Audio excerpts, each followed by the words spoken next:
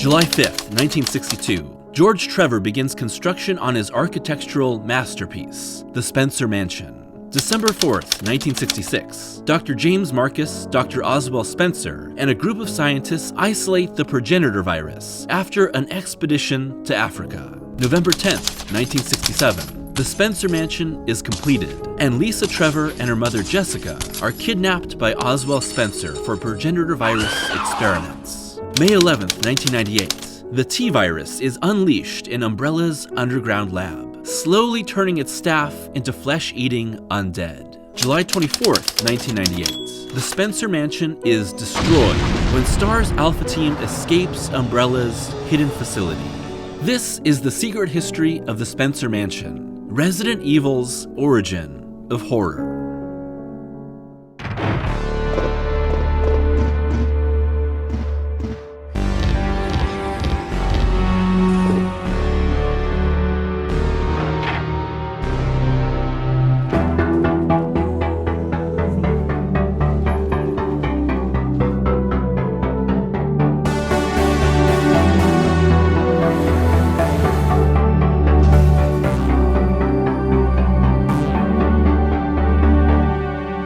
Stars?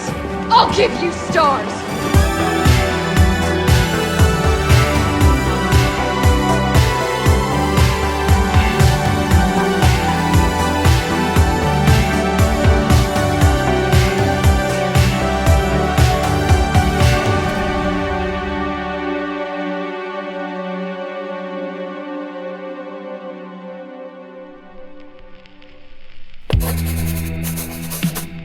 November 15th, 1967. I found Mom. We ate together. I was very happy, but she was a fake, not my real mom. Same face, but different inside. Have to find Mom. Have to give face back to Mother. I got Mom's face back.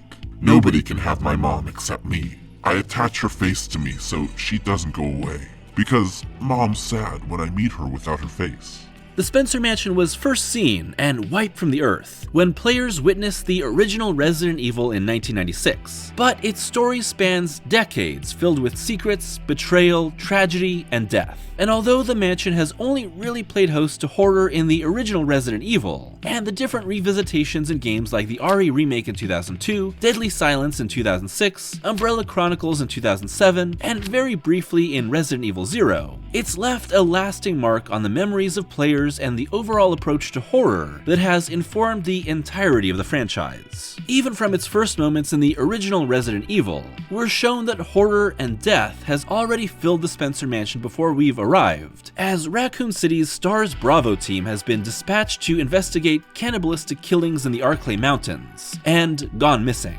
leading to STAR's Alpha team investigating and entering the area. As surviving members Jill Valentine, Chris Redfield, Albert Wesker, and Barry Burton take shelter in the mansion from a pack of zombie dogs, we explore the building in the hopes of finding another way out. Of course, we all know that this is no ordinary home, and the gothic atmosphere of this lonely refuge hides zombies, creatures, and all sorts of deadly traps. With the original game's limitations, Shinji Mikami and team were able to only fill the mansion with so much detail and only put a few characters on screen at a time. The result is that the original Spencer Mansion is a pretty barren, quiet place, and the true nature of the location is detailed to players through notes, with past residents writing down their tales of woe and the events that led to their deaths. And while Resident Evil 0 gives fans the true story of Bravo Team only hinted at in the first game, it actually has very little to do with the mansion. That makes sense in retrospect, as the mansion itself is basically all locked up and unexplored for Chris and Jill. But you'd think Rebecca would have told us about the other Umbrella facility, the train crash, or the giant leech. But I guess she had other things on her mind.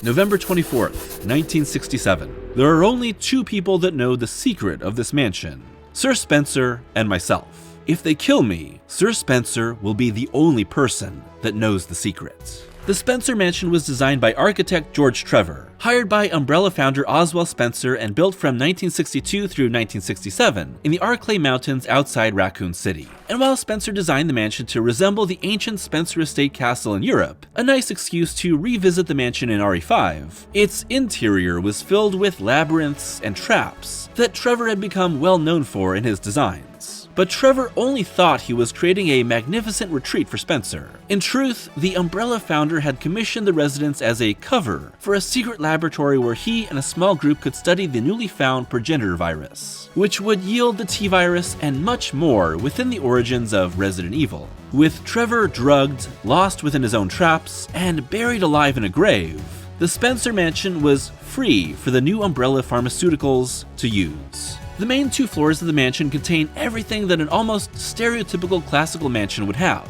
including a massive entrance hall, storerooms, art rooms, a dining hall, a gallery, a library, and more. Even without the monsters lurking everywhere, Chris and Jill's exploration of the mansion reveals all sorts of traps, locks, and hidden passages that reveal Spencer's paranoia and the true nature of the mansion. It's one giant puzzle meant to guard the laboratory underneath. For decades, the Arklay lab conducted experiments, cultivating new viruses intended for bioweaponry, until one fateful day.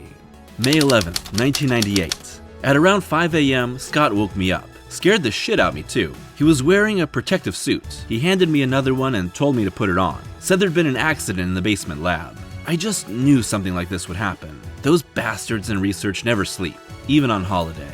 As revenge for the murder of James Marcus, his creation, the Queen Leech, causes the T-virus to spread throughout the lab, infecting the entire staff on site, who are then sealed in by Umbrella security to prevent further spread. As the staff slowly succumb to the T-virus, the Spencer Mansion becomes a charnel house, and no one is left alive by the time STARS arrives on the scene 2 months later.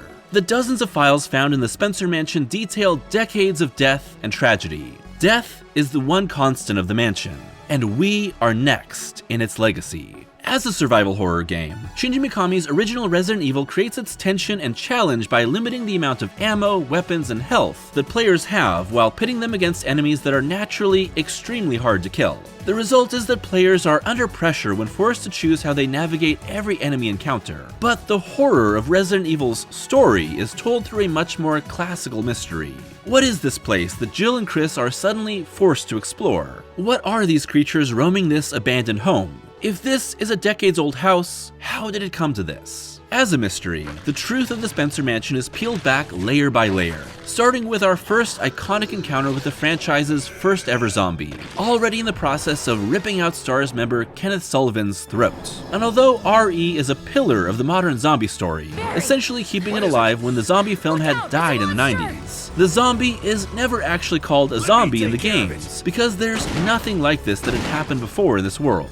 Even in the context of the larger zombie genre, RE's undead aren't quite like most flesh eaters, as it's a bioweapon that slowly changes their body and brain without them actually dying before their transformation. And that's the key to the true nature of the Spencer Mansion's gothic terror. Beneath the dark and stormy night, beyond the creeping monsters lurking within the shadows, lies the Umbrella Corporation, whose modern experiments have created decades of terror. Below, a laboratory that defies human morality and the laws of nature. Above, a classical nightmare. February 11th, 1988. Today, I again found evidence of tampering around the entrance to the labs. If that is what they're after, I must find a suitable way to deal with them. Perhaps I should have William and Albert smoke out the pests. Those two are the only ones I trust. Apart from my beloved leeches, of course. But Spencer, it wouldn't end there, would it? I will announce tea at the next director's meeting and collect my just rewards.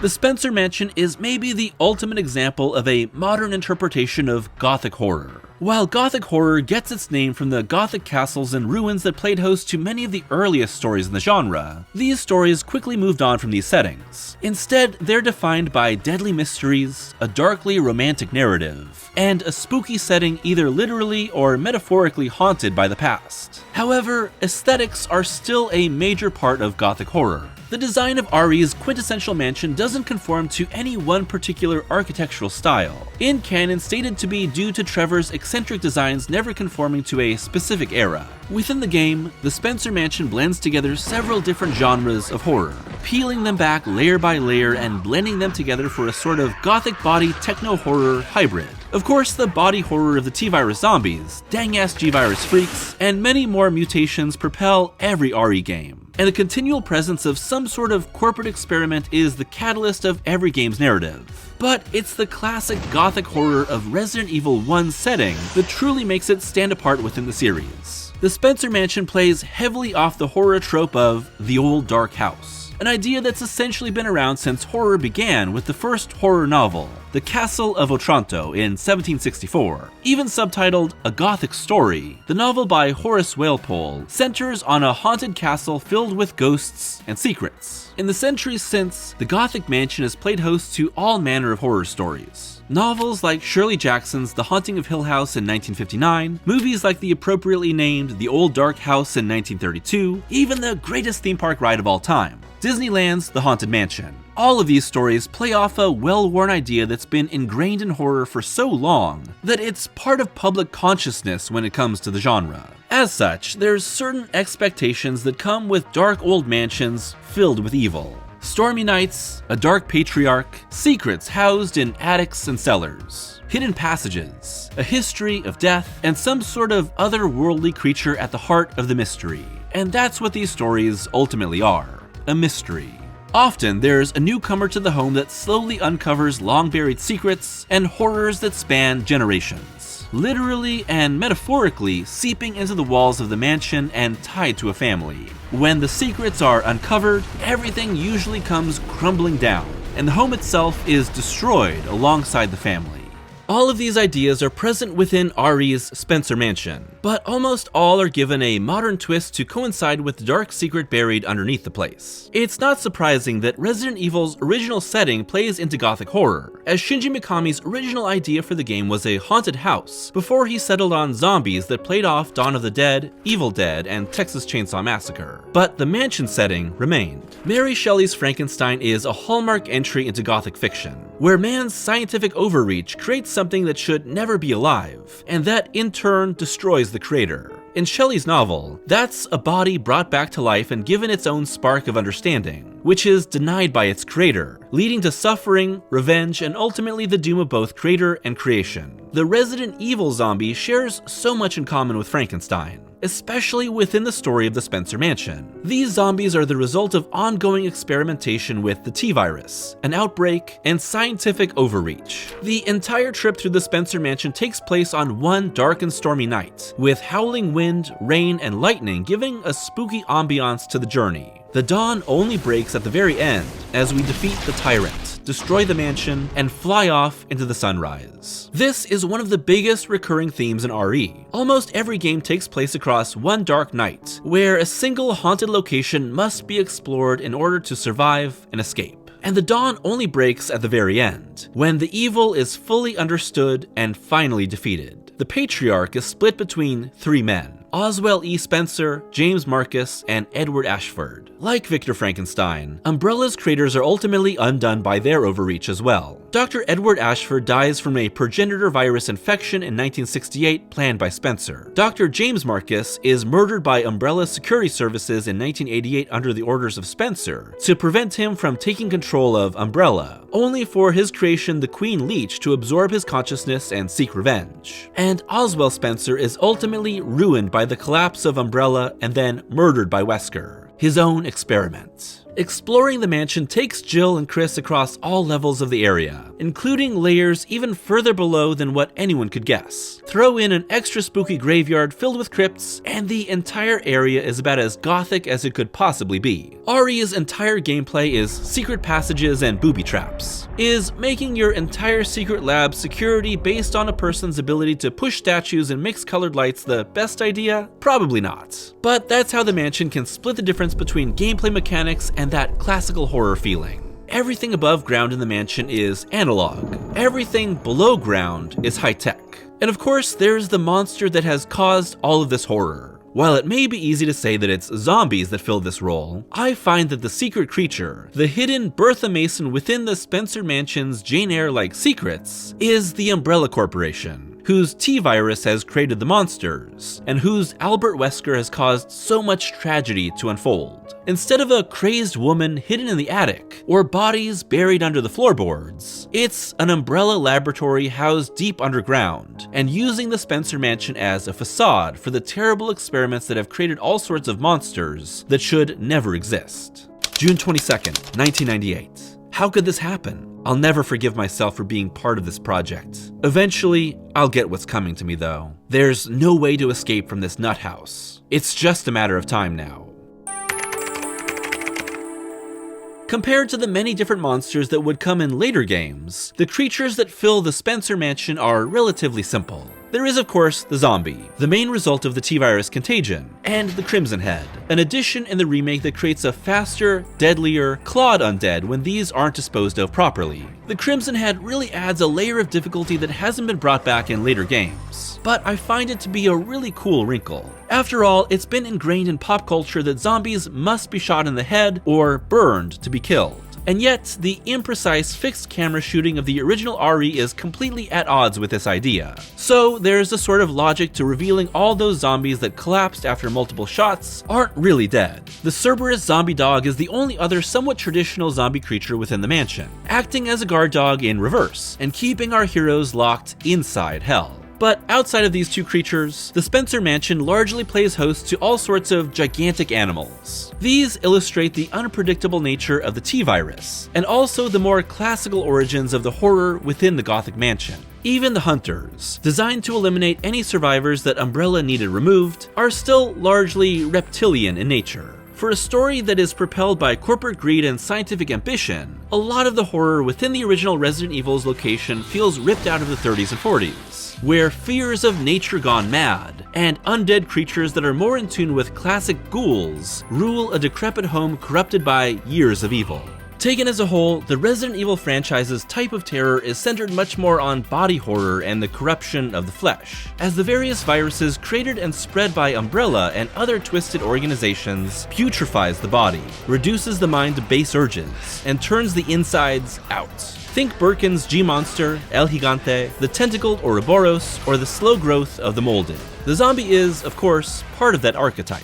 But there are two other creatures that have burned themselves into the minds of RE fans forever. The Tyrant, our final boss, also has echoes of Frankenstein's monster, a massive, deadly, giant humanoid that its creator sees as the ultimate in evolution, and who is ultimately destroyed by his own creation. But RE's Tyrant has no spark of a soul. Instead, it's a pure weapon that destroys everything it sets its sights on. With more and more tyrants encountered over the years, the original has lost a bit of its excitement as they become mass-produced bioweapons. But it also underlines how Umbrella ultimately strips the humanity out of everything it touches, either by corrupting the bodies of its experiments, or corrupting the minds of its employees. Premature. But the Spencer Mansion's most tragic resident, and one only found in the RE remake, is that of Lisa Trevor. Lisa's story adds so much more to the history of the mansion and the evil of Umbrella, with diary entries and logs revealing how Lisa Trevor, daughter of George Trevor, was captured and experimented on alongside her mother by Spencer. With the mother and daughter infected by two strands of the progenitor virus, Lisa, only 14 at the time, had her body and mind slowly twisted by the virus, while her mother, who attempted to escape with her, died from the experiment. The progenitor virus's growth within Lisa extended her life while driving her mad, with the woman surviving experiments, an execution, and continued deterioration. Lisa, hunchbacked and grotesque, is a tragic victim turned deadly and disturbing by her tendency to cut the faces off women and wear them as masks, while she searches for the corpse of her long-buried mother. Eventually, after years chained up underneath the mansion, Lisa comes to live in a shack in the Arklay Mountains, haunting the region as the mansion's horrifying secrets and the most direct Jane Eyre comparison. Instead of a secret wife gone mad with mental illness in the attic, it's a daughter twisted by viral experiments in the woodshed. Lisa's story is eventually brought to an end in combat with our STARS members, casting herself into an abyss with the skull of her newly uncovered mother, the only way to end her torment. And yes, Lisa returns in the Umbrella Chronicles to fight Wesker in his last escape, and finally truly die. but I don't think that's a necessary plot beat beyond a surprise and reward for loyal fans. Lisa's story is ultimately the tale of a girl trapped in Arrested Development, longing for the comfort of a long-lost mother, and whose death is really a release from decades of suffering. Like so much of the mansion's dark history, this is relayed through what we read, giving pathos to the horror of what we encounter. Together, Lisa's twisted and seemingly invincible boss character is turned into something truly sad and haunting. July 24th, 1998. This is STAR's Alpha Team. We are now entering the Arklay Mountains. One of the scariest elements of the Spencer Mansion, as seen through the lens of Resident Evil 1 and 0, is that the reason our characters, and ourselves as the player, have been lured there is to be observed by Umbrella in combat with all manner of BOWs. This isn't a personal haunting or a deliberate act of revenge, but instead an impersonal, cold-hearted effort to exploit and eliminate local law enforcement. The final chapter in the mansion's history of death. Jill and Chris's trip through the Spencer Mansion is equal parts a fight to survive against monsters that are far stronger than what they're prepared for, and part exploration that uncovers decades of tragedy through all manner of journals and records. And with the mansion's self-destruct initiated, a plan created by Umbrella turned against them by STARS, the estate and all its tragedy, secrets, and creations are brought to a permanent, fiery end. Like so many Gothic horror stories, the evil can only be ended when the entire home is wiped off the face of the earth. But the end of the Spencer Mansion wouldn't be the end of the Umbrella Corporation's experiments. And with its fall, its evil would spread, bringing a secret history of horror to light, and sparking an ever-evolving bioterrorism war that no longer just fills a mansion, but engulfs the globe.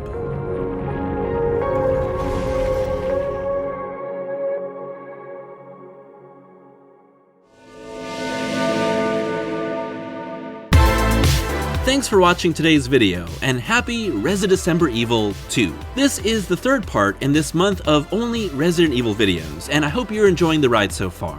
Last year I did a video covering the fall of Raccoon City, and when thinking about what I wanted to talk about this year, I thought that the Spencer Mansion would make a great prequel video to that one. Of course, the Spencer Mansion is one of the most iconic locations in all of RE, and has been completely studied and explored inside out, both by players in the game, and just fans in general. And what I love about the Spencer Mansion is that it's small enough that everything about it has so much history behind it, and all of that history is conveyed through the actual game. Being able to dig deep into the Spencer Mansion and its history, as well as its approach to Gothic horror, really highlights what makes a lot of that original Resident Evil and the RE remake so special, because there's nothing else in the entire series that's quite like that mansion. And with its ties to the origins of Umbrella, it's really an inextricable part of the entire series. No matter how far they move away from the T-Virus, Umbrella, or the mansion itself, everything will either come back to that mansion or be inspired by it. For example, the Baker estate in RE7 is absolutely playing off the mansion itself, but this time with a backwoods, run-down, cobbled-together sort of approach to American Gothic,